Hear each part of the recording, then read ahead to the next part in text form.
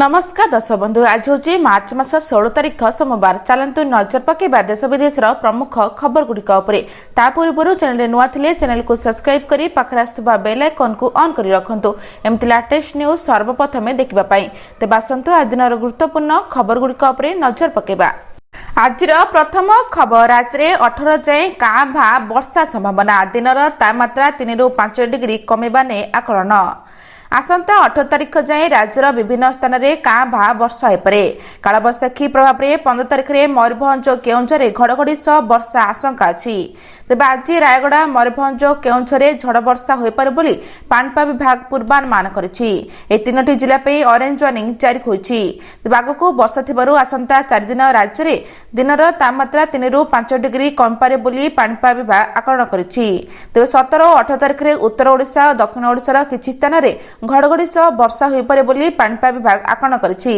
शनिवार तीनोटी स्थान में तापमात्रा 40 डिग्री रहिथिला। झारसुगुड़ा 40.2, टिटिलागढ़ 40 और संबलपुर 40 डिग्री रेकर्ड होछि बोली खबर अछि। परवर्ती खबर पीएनजी गैस कनेक्शन उपभोक्तांक पई बड़ खबर। एमिति उपभोक्तांक पई रिफिल करबारे लागिबो रोक। जदि आपण घरे पाइप युक्त पीएनजी गैस कनेक्शन अच्छी तो आपण एलपीजी गैस सिलिंडर रखिपारे नहीं।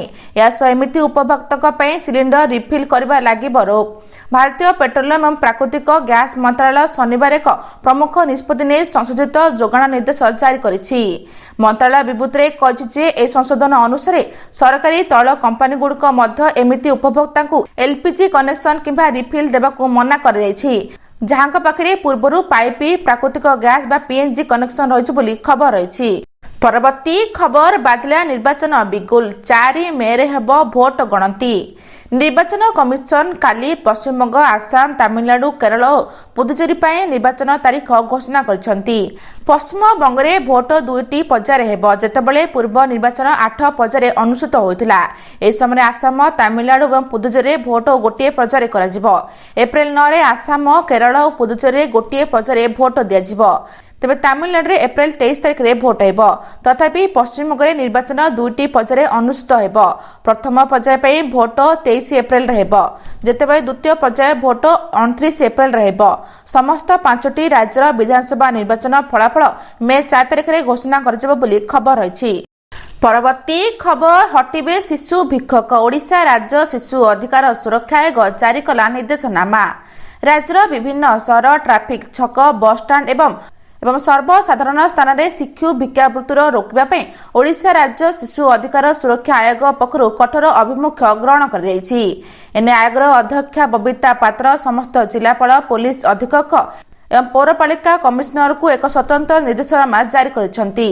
तेज शिशु भिक्षावृत्तिर संपूर्ण संतुलन प्रति जिले में जिलापाल अध्यक्षतार एक जिला टास्क फोर्स गठन कर टीम रे पुलिस अधीक्षक, पौर कमिशनर, जिला शिशु सुरक्षा अधिकारी एवं श्रम अधिकारी प्रमुख सदस्य रहिबे। ए टास्क फोर्स नियमित भाव चढ़ाऊ कर भिक्षावृत्तिर नियोजित शिशु मानक उद्धार करने सह सेमानकर थैथान व्यवस्था करेंगे बोली खबर रही।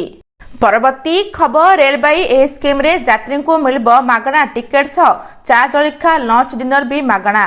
रेलबाई यार यात्री मानक पई एक बड़ योजना प्रणयन करुछि जहाँ सेमानकु मागणा टिकेट सह चा जलिखा मध्याह्न और रात्रि भोजन सुविधा मध्य प्रदान करिबो।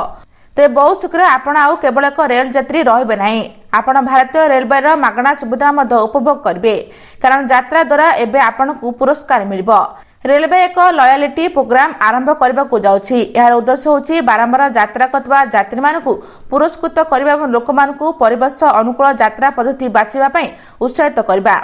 तेबे रेलवे यह पदक्षेप एक रणनीतिक दीर्घकालीन दृष्टिकोण को प्रतिनिधित्व करे जार लक्ष्य कराउछि यात्री माने बजेट एयरलाइंस प्रति अधिक आकर्षित होछन्ति बोली खबर अछि। परवर्ती खबर एही दिनरु महंगा एवं फास्टैग वार्षिक पास। जानतु केते बढ़िला दर। जातीय राजपथ रे यात्रा करबा यात्रियों पई गुरुत्वपूर्ण खबर। जदि आपण निज गाड़ी पई फास्टैग वार्षिक पास व्यवहार करछंती तेबे एही खबर आपण पई गुरुत्वपूर्ण। आसंता एप्रिल 1 तारिख रु एही पास मूल्य रे वृद्धि करबा को जाउछि एनएचएआई। जातीय राजपथ कर्तृपक्ष एनएचएआई आसंता 2026-27 आर्थिक वर्ष पई फास्टैग वार्षिक पास दर रे संशोधन करिसंती।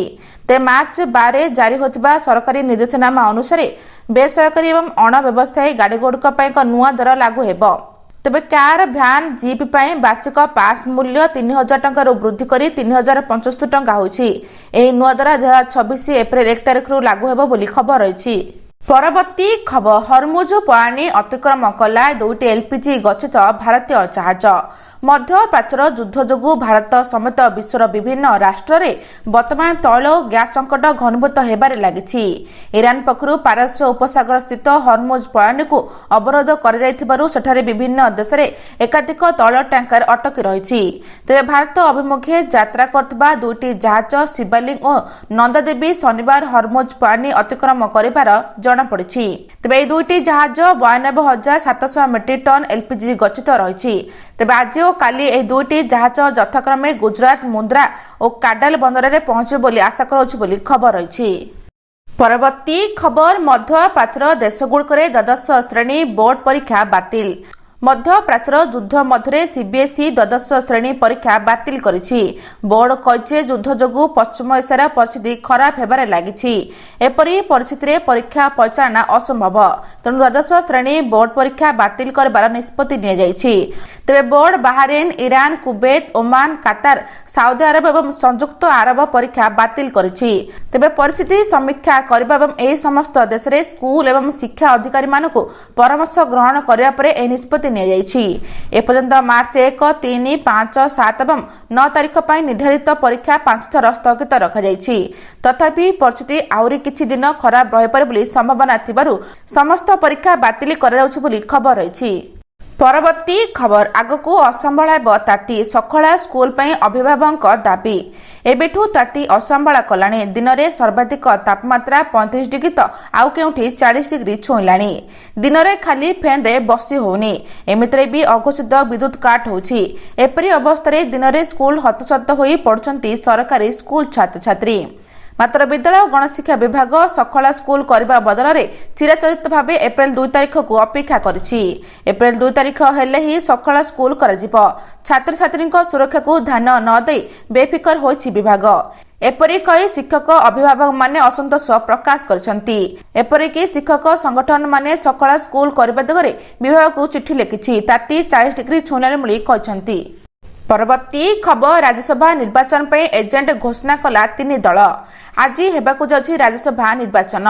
मैदान अछंती 5 जन प्रार्थी। घोड़ा बेपार एवं क्रॉस भेटिंग मध्य आज भोट देवे सबु दल विधायक। तेबे आज राज्यसभा निर्वाचन लगी 3 दल निज निजर एजेंट ना घोषणा करछंती। तेबे आगामी राज्यसभा निर्वाचन शासक दल बीजेपी पई निर्वाचन एजेंट होउछंती उपमुख्यमंत्री केवी सिंह एवं आईन मंत्री पृथ्वीराज हरिचंदन। सेपरि वरिष्ठ विधायक प्रताप देव एवं प्रमिला मल्लिक बीजेडीर एजेंट भाबे काम करबे। तास कांग्रेसर एजेंट रहबे पीपीसी सभापति भक्त चरण दास बोली खबर रहिछि। परवर्ती खबर एकाउंट को आसला पीएम किसान योजनार 22तम किस्ती वितरण कले प्रधानमंत्री। देशर कोटी कोटी चाषींग पई एक बड़ दिन। केंद्र सरकार प्रधानमंत्री किसान योजनार 22तम किस्ती जारी कर जायछि। प्रधानमंत्री नरेंद्र मोदी देशर योग्य कृषक मानक बैंक खाता को सीधासलख 2000 टंका लेखाए ट्रांसफर करछंती। मिलिथिबा सूचना अनुसार एथर 9 कोटी अधिक चाषींक परिवार ए योजनार लाभ पाइछंती। ते पीएम किसान योजनार किस्ती जारी हेबा परे सरकार पक्षरु पंजीकृत मोबाइल नंबर को एक स्वतंत्र मेसेज पठा जाय थाए। यह बैंक पक्षरु खाताधारी निकटरू टंका जमा होबार मेसेज आसी थाए। तेणु हिताधिकारी माने निज मोबाइल मेसेज चेक करी 22तम किस्तर टंका आसी नाही जानि परिबे बोली खबर रहिछि। आज एतिकी भिडियोटी भल लागिले चैनल को सब्सक्राइब करी भिडियो को गोटे लाइक करी शेयर करबा जमा भी भूलिबेनी। रहउछि नमस्कार।